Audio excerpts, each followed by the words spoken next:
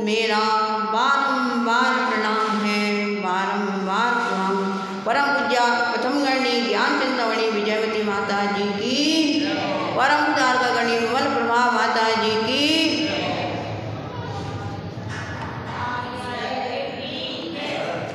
आज आप लोगों का बड़ा पुण्य का उदय आया है। परम पूज्या प्रथम गणी ज्ञान चिंतामणि विजयवती माता जी का आज 18वां समाधि दिवस है। हम समाधि दिवस क्यों मनाते हैं, किस लिए मनाते हैं? जिनकी समाधि हो गई वो तो चले गए, लेकिन हमको क्या करना? हमको उनके पद पर वो बता गए कि इस प्रकार से तुम त्याग और तपस्या समाधि करोगे, सम प्लस आदि व्याधि, तुम्हारी सब आदि व्याधि दूर हो जाएगी और तुम्हारी समाधि की सिद्धि हो जाएगी। आपने अभी सुना, सबका स्मरण सुना है। माता जी का जन्म राजस्थान की कामा नगरी में हुआ था, जिनकी माँ का नाम चिरंजी देवी और पिताजी का नाम संतोषी लाल। गांव छोटा लेकिन रत्न बड़ा। आप जब रत्न को रखते हो ना तो पहले क्या करते हो, उसको डिब्बी में रखते हो। और डिब्बी कहाँ ले जाके रूम के अंदर रखते हो, और फिर रूम में भी क्या तिजोरी के अंदर रखते हो, और फिर उसको क्या करते हो, संभाल करके अच्छी तरह से रख देते हो। तो गांव छोटा लेकिन रत्न ऐसा पैदा हुआ वहाँ, जिन्होंने सारे विश्व में, सारे भारत में धर्म की प्रभावना की। ऐसी परम पूज्या प्रथम गणी ज्ञान चिंतामणि विजयवती माता जी। माता जी जब छोटे थे तो यही अपने पिताजी से कहते थे कि मेरे को दीक्षा लेना है, लेकिन माँ बाप नहीं मानते। मानते क्या? आज कोई लड़की कहते मेरे को दीक्षा लेना है तो छोड़ दोगे क्या? नहीं छोड़ते हैं, लेकिन नहीं माना। 14 वर्ष की हुई वो तो शादी कर दी।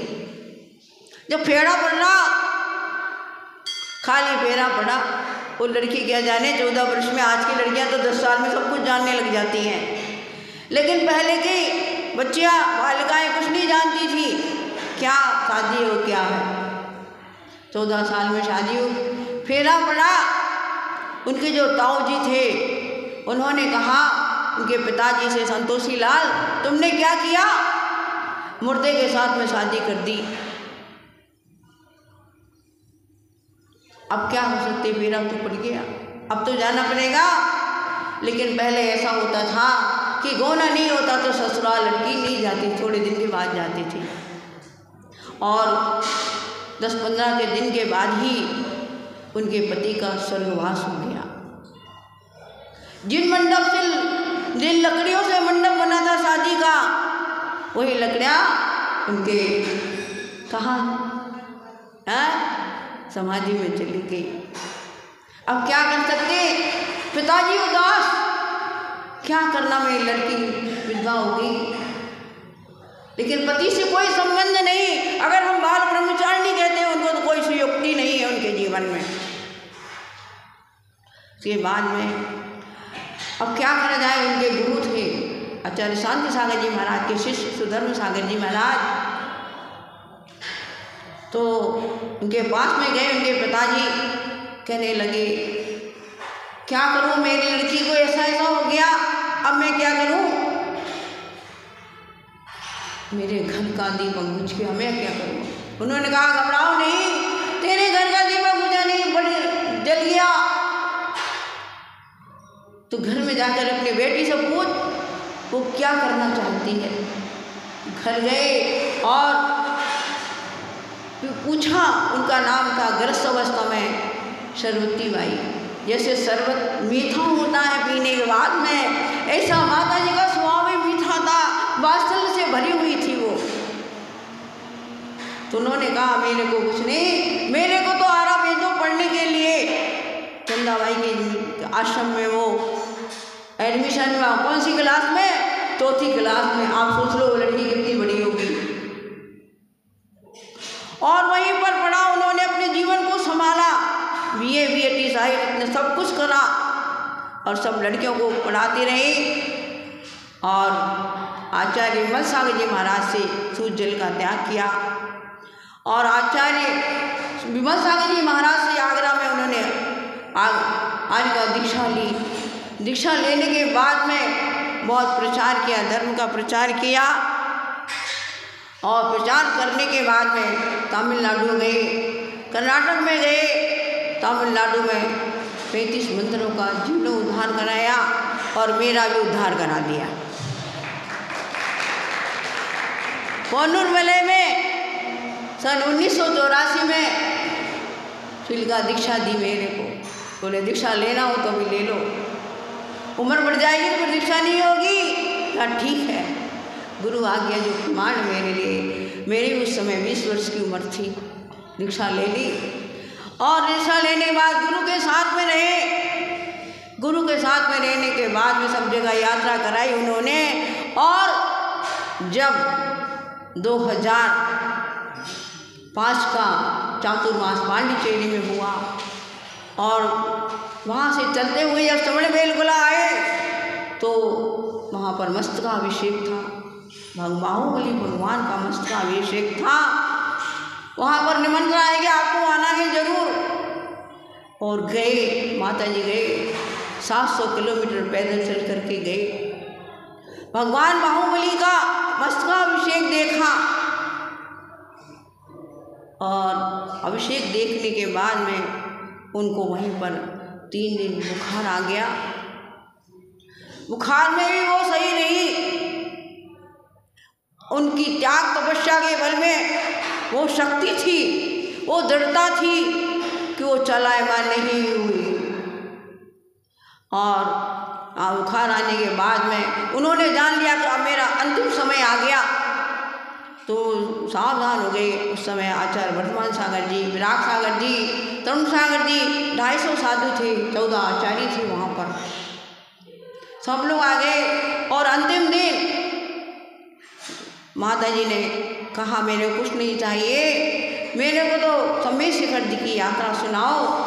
और यात्रा सुनाने के बाद में उन्होंने पहले क्या किया था, वर्धमान सागर जी महाराज ने कहा कि माता जी आप आहार के लिए उठ जाओ। माता जी ने कहा नहीं, मैं नहीं उठूँगी।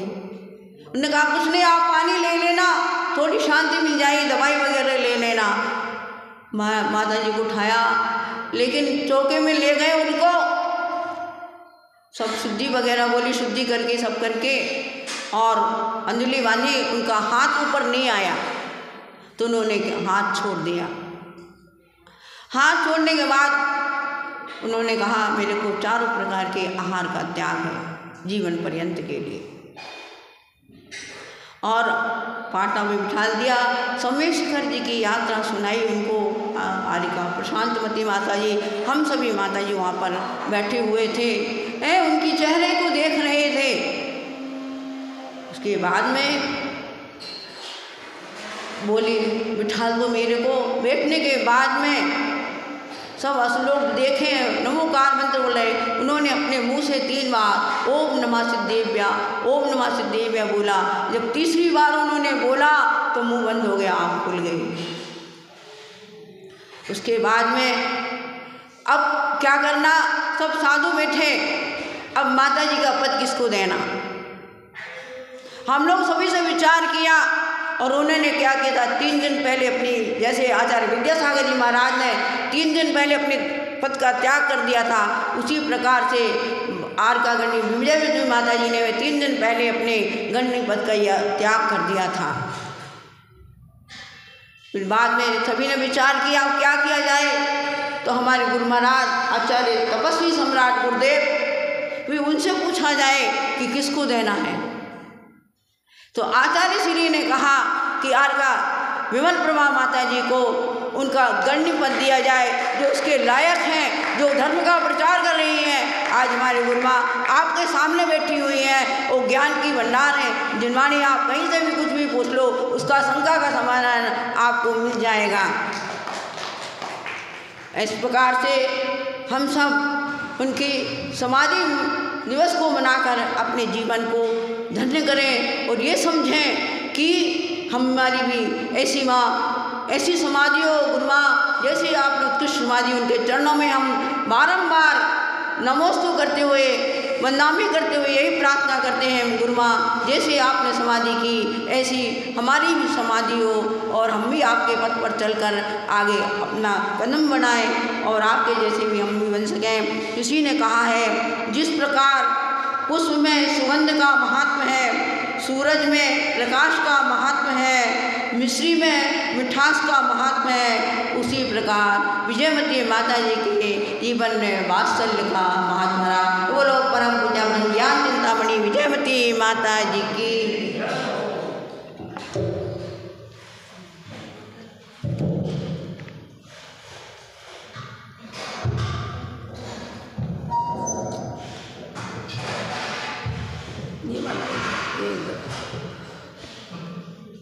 ये इधर आएगा,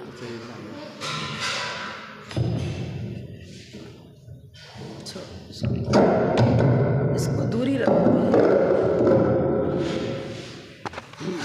ठीक है, कैसे हो रहा है? चलो ठीक है, ठीक हमें नहीं पता, ठीक है। मंगलम भगवान वीरो मंगलम गौतमो गणी मंगलम कुंद कुंदाद्यो जैन धर्मोस्तु मंगलम सर्वमंगल मांगल्यम सर्वकल्याणकारकम प्रधानम सर्वधर्मानां जैनम जयतु शासनम, जैनम जयतु शासनम। जय बोलो श्री अनंतानंद परम सिद्ध भगवान की, 1000 शीश शांतिनाथ भगवान की, परम पूज्य आचार्य श्री आदिसागर जी महाराज की, परम पूज्य आचार्य श्री शांति सागर जी महाराज की, परम पूज्य आचार्य श्री महावीकृति जी महाराज की, परम पूज्य वात्सल रत्नाकर आचार्य श्री विमल सागर जी महाराज की, परम पूज्य तपस्वी सम्राट आचार्य सन्मति सागर जी महाराज की, परम पूज्य आचार्य श्री सुनील सागर जी महाराज की, परम पूज्य आचार्य श्री कुंतु सागर जी महाराज की, परम पूज्य प्रथम गणनियारिका रत्न श्री 105 विजयमती माता जी की जय। जैन धर्म की जय।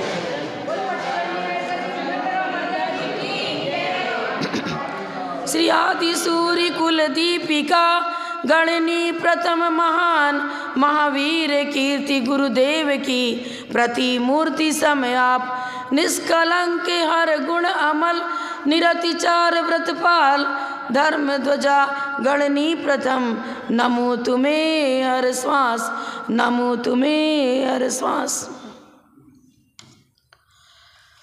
बंधुओं, वास्तव में गुरु ही हमारे पिता हैं, उनको ही श्रेष्ठ माता कहेंगे।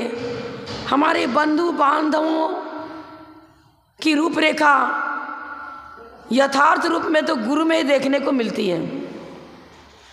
माता पिता शरीर का पालन पोषण करते हैं, लेकिन आत्मिक गुणों का विकास तो गुरुओं से ही होता है। संयम का मार्ग गुरुओं से ही मिलता है।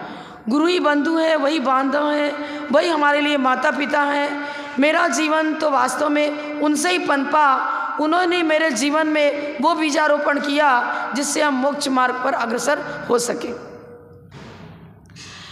मैं जब 4ठी कक्षा में पढ़ती थी, उस समय गणनियारिका विजयमती माता जी हाई स्कूल में शिक्षिका थी। उनका नाम था सरवती बाई।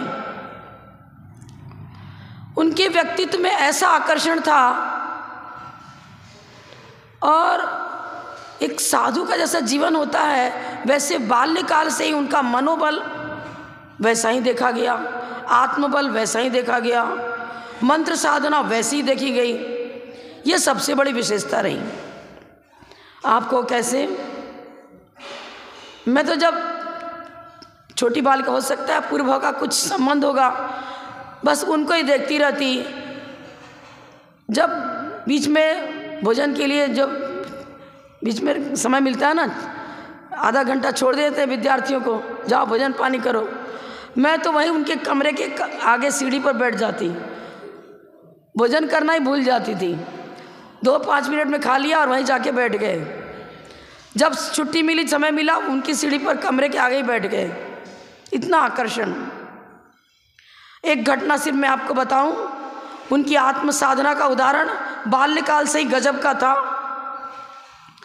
आश्रम की एक बालिका को व्यंतर बाधा हो गई। वो चाहे जब भयंकर उपद्रव करती, चिल्लाना, बकना, पेड़ों पर चढ़ जाना, ऊपर 3 मंजिल ऊपर चढ़ गई, कूदना है, मंजिल से उस ऊपर से कूद जाऊंगी। अब क्या करे, माता पिता तो वहाँ थे नहीं, हॉस्टल में भर्ती थी वो। अब सब संभालने में लगे, लेकिन किसी के संभाल में नहीं आया विषय। माता जी ने कहा मैं इसको सही कर दूंगी। उन्होंने ऋषि मंडल का पाठ किया, अपने कमरे में यंत्र विराजमान किया और उस लड़की को भी अपने कमरे में सुलाया। वो व्यंत्री रात में ज़्यादा उपद्रव करती।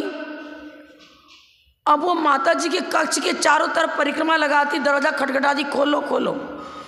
माता जी तो अपनी साधना में रही, ऋषि मंडल मंत्र का जाप चल रहा था। उस व्यंत्री की हिम्मत नहीं हुई कि वो अंदर प्रवेश कर सके।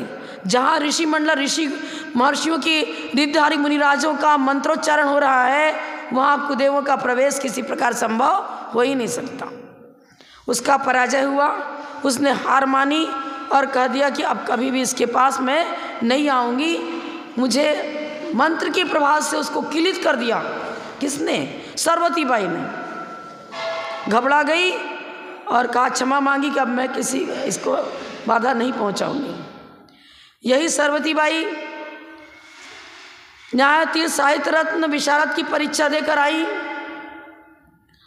लास्ट जो परीक्षा थी न्यायतीर्थ की, अब अचानक आचार्य महाविकृति महाराज का वहाँ प्रवेश हुआ। आचार्य महाविकृति महाराज के से भी वो बहुत प्रभावित हुई। उन्होंने सोचा अब मेरे को इसी मार्ग पर आना है। आचार्य श्री से कहा मैं आपके पास आर्य का दीक्षा लेना चाहती हूँ। महाराज ने कहा मेरे हाथ से तेरी दीक्षा नहीं होगी, लेकिन आएगी मेरे पास ही। महाराज ऐसा कैसे कर, कुछ नहीं, अच्छा कुछ तो व्रत दो मुझे। तो आजीवन शुद्ध जल का त्याग लेकर के महाराज को आहार दिया। अब आहार की बात भी सुन लो, क्या चमत्कार उस बालिका के अंदर, सुनने लायक है। आचार्य श्री एक दिन के लिए ही उस आश्रम में रुकना चाहते थे, उसके बाद विहार करना था। शुद्ध जल का त्याग कर दिया। इसी बालिका ने, बालिका ही कहेंगे क्योंकि बहुत छोटी उम्र थी, 10-12 साल की उम्र क्या होती, 14 साल की उम्र क्या होती, कुछ नहीं। तो हाथ से आटा पीसा, चोखा लगाया, सब कुछ किया। सब लड़कियों ने मिलकर सहयोग तो दिया ही। अचानक पड़गान भी हो गया उसी कक्ष में, माता जी के चौके में ही। माता जी ने तो कहेंगे, सरवती बाई कहेंगे वो तो, लेकिन चींटियों का ढेर अचानक इकट्ठा हो गया। अब चींटियां अचानक बिल में से निकल गईं और कमरे उस चौके में फैल गईं। आचार्य श्री लौट गए, दूसरे जगह आहार हुआ। ये तो रोते रोते बेहाल कि अरे माँ मेरे को तो आहार देना था और इस चौक मेरे यहाँ ही आहार होना था, ये गजब का हो गया काम। अब बिहार की पूरी तैयारी, आचार्य श्री पूरी परिक्रमा दी, बाहुबली भगवान की ऊपर के मंदिर में दर्शन किया, गेट तक पहुंच गए। पर महाराज जी से जब प्रार्थना किया कि महाराज रुकने को, उसके पहले महाराज ने कहा जप करो, जाप करो, तुम्हारे जप में ताकत होगी तो संभव रुकना हो जाए, मेरा तो पूरा प्रोग्राम जाने का ही है। आकाश में बादल नहीं, सूर्य की रोशनी गजब की है, कड़क कड़क धूप, वर्षा की कोई संभावना नहीं। लेकिन जैसे एक योगी अपनी साधना में ध्यानस्थ हो जाता है, वो तो आचार्य श्री की आज्ञा थी जाप करो, जाप से सब कुछ संभव है। वो अपनी साधना में मग्न, आचार्य श्री गेट तक पहुंच गए, बादल आकाश में छा गया, घनघोर वर्षा हुई, ऐसी वर्षा हुई कि आधा किलोमीटर भी नहीं जा सके। घुटने के ऊपर जल आ जाए तो साधु विहार नहीं कर सकते।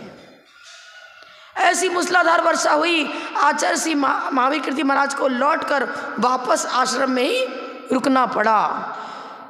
और आहार चौका लगाने वाले तो आगे बढ़ चुके थे, वो तो पहले निकल जाते हैं, उनको भी लौटना पड़ा। संघपति को भी परेशान हो गए, ऐसा कैसे चमत्कार अचानक हुआ। ऐसी योग साधना, भयंकर साधना उनकी कैसी कठोर रही, एकाग्रता कितनी रही, कौन आया कौन गया कहाँ क्या, कुछ नहीं। जैसे एक तपस्वी अपनी साधना में मग्न होता है, उसको ये भी मालूम नहीं होता कि बाहर में क्या हो रहा है, इतनी एकाग्रता। और तो छोड़ो, साधना आगे की तो सुनते रहो, पूरे चातुर्मास में ही पूरा नहीं होने वाला है। अब इसके बाद आचार्य विमल सागर महाराज का भी प्रवेश हुआ आश्रम में। महाराज ने कहा, ओ सरवती बाई, जैसे वो दर्शन करने आई, तेरे पिताजी का स्वर्गवास हो गया है ना। हमने तो कहा ही नहीं, इनको कैसे पता चल गया। अच्छा हाँ, हुआ तो है मेरे पिता का स्वर्गवास। अरे कल ही तेरे पिता का स्वर्गवास हुआ है, और अंतिम पेपर जो तूने दिया, टेंशन में थी, पिता के प्रति अनुराग, दुखी मन में दुख का अनुभव हो रहा था, इसलिए एक क्वेश्चन गलत हो गया, इस नंबर का क्वेश्चन गलत हुआ है, इसके कारण जो फर्स्ट आना था अब फर्स्ट डिवीजन नहीं आएगा, सेकंड डिवीजन से पास करेगी। और यहाँ कैसे बता दिया ये तो सारा, बहुत चमत्कार देख करके परेश। अब तो गुरुओं के चरण में ही पहुंचूंगी, आश्रम में जो टीचर का काम करना है वो मुझे पसंद नहीं है, रिजाइन कर दिया। आचार्य श्री जहाँ थे वहाँ पहुँच गई, आहार देती थी, फिर कभी आ जाती थी आश्रम में।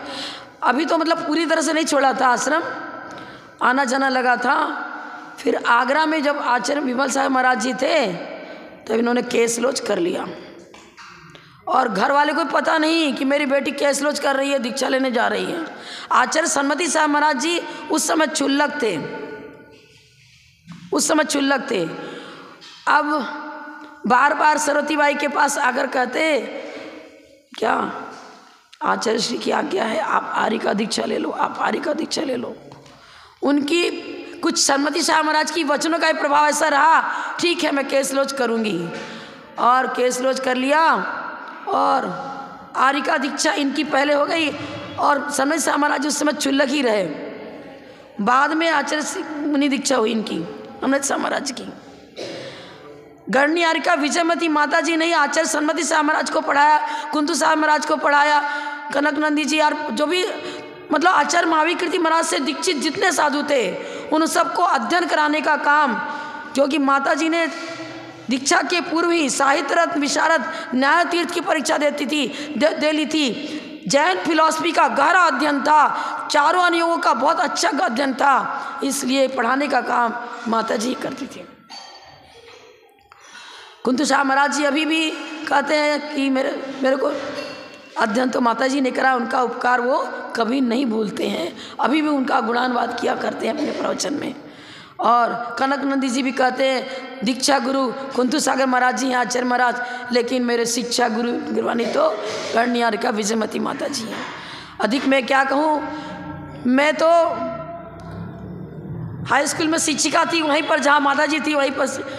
अब क्या हुआ, चातुर्मास हो गया आरा में,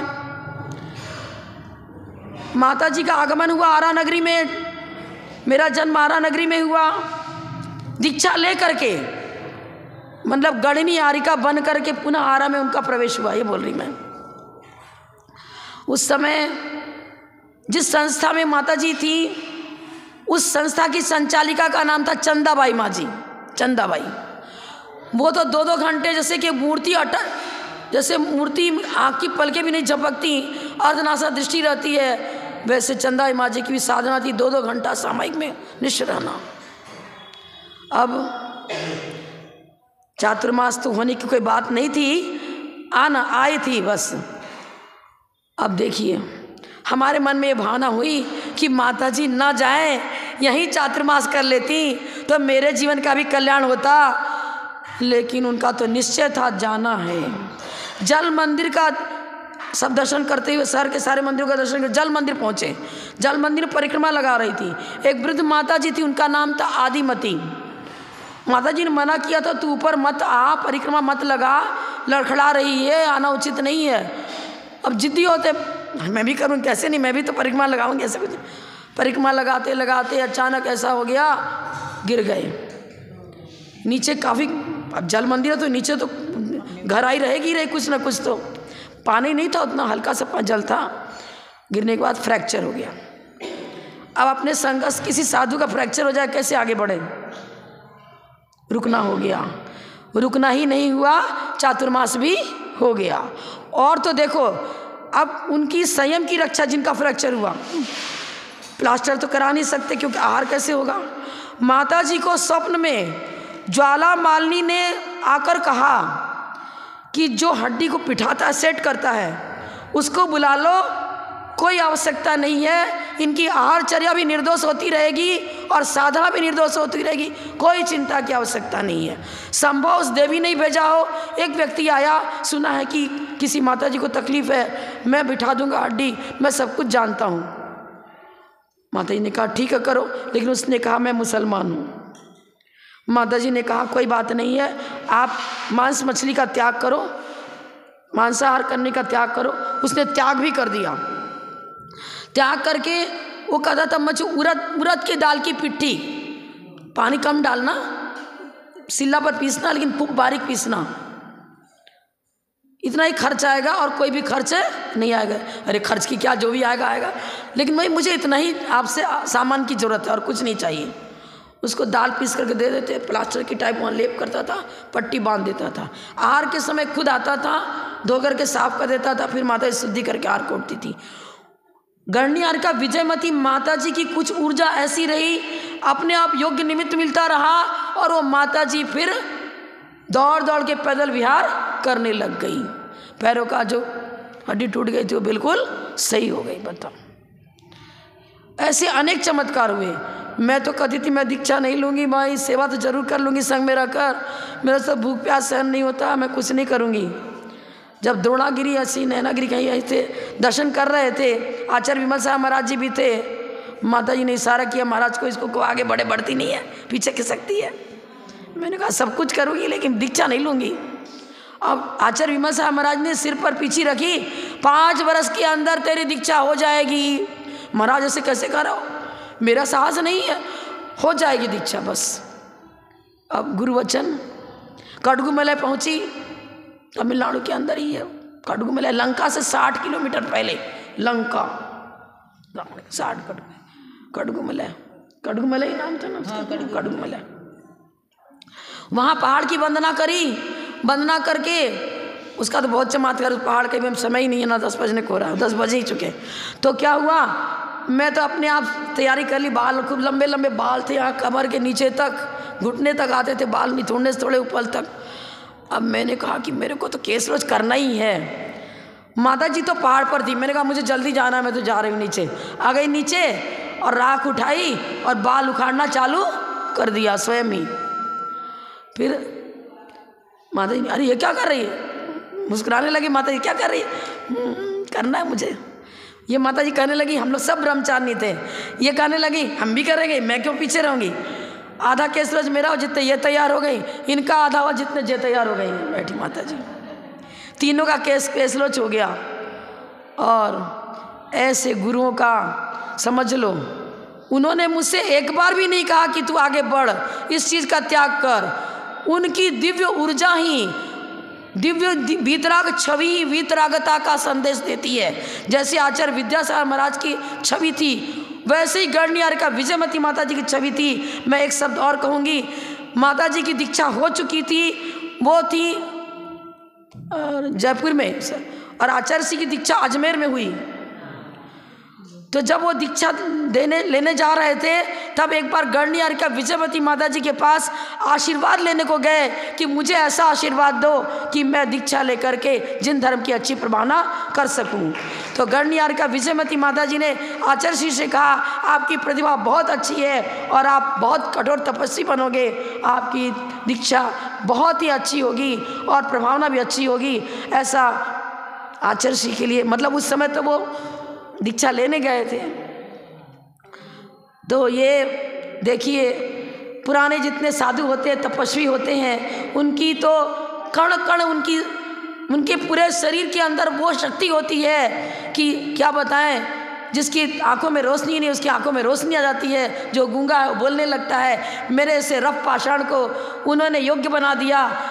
मूर्तिकार को अच्छा पाषाण चाहिए तब वो उसमें मूर्ति का रूप दे सकता है, लेकिन गुरुओं में वो शक्ति है कि रफ से रफ पाषाण को, चट्टान को वो भगवान बनाने की शक्ति रखते हैं। ऐसे न जाने कितने को भगवान बनाया आचार्य विद्यासागर महाराज जी ने, और कितने को मोक्ष मार्ग पर अग्रसर किया गणनिहारिका विजयमती माता जी ने। मैं तो बिल्कुल नास्तिक थी, मेरे अंदर तो धर्म की भावना ही नहीं थी। स्कूल कॉलेज अटेंड करो, बच्चियों को पढ़ाओ, आश्रम को संभालो, यही जानती थी। लेकिन माता जी के एक एक वचन गागर में सागर का काम करते गए और मेरी दिशा का परिवर्तन हो गया। मैं अब समझने लगी कि धर्म ही जीवन का सब कुछ होता है, मोक्ष मार्ग ही जीवन की सबसे बड़ी संपत्ति है।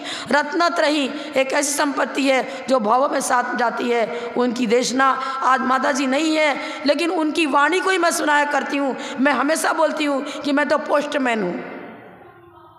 पोस्टमैन चिट्ठी लिखता नहीं है। मैंने बचपन से लेकर आज की मतलब 2006 तक जो उनसे शिक्षण लिया, जो ज्ञान लिया, वो लिखने वाली, मेरे अंतरंग में ज्ञान की रेखा खींचने वाली वो हैं। उनकी शब्दावली को मैं श्रावकों को सुनाती हूँ। एक पोस्टमैन बन करके चिट्ठियाँ बांटती हूँ, चिट्ठियाँ लिखती नहीं हूँ।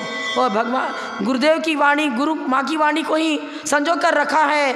और मैं यही सोचती हूँ कि ये उनकी वाणी तब तक मेरे अंतःस्थल में प्रवाहित हो, तब तक मैं उसकी रक्षा करती रही हूँ, जब तक केवल ज्ञान नहीं होता है। आपके श्रवण शरण में बैठकर मैं वहाँ भी उपस्थित रहूं, उसके बाद आपके साथ आपके समस्रण में रहते हुए केवल ज्ञान की भूमिका को प्राप्त करते हुए आत्मा को परमात्मा बनने की कला भी वहीं सीखूं। इसी भावना के साथ विराम लेती हूँ। जब लोग परम पूज्या प्रथम गणनिहारिका रत्न श्री 105 विजयमती माता जी की जय। जय धर्म की जय, दिमानी माता की जय।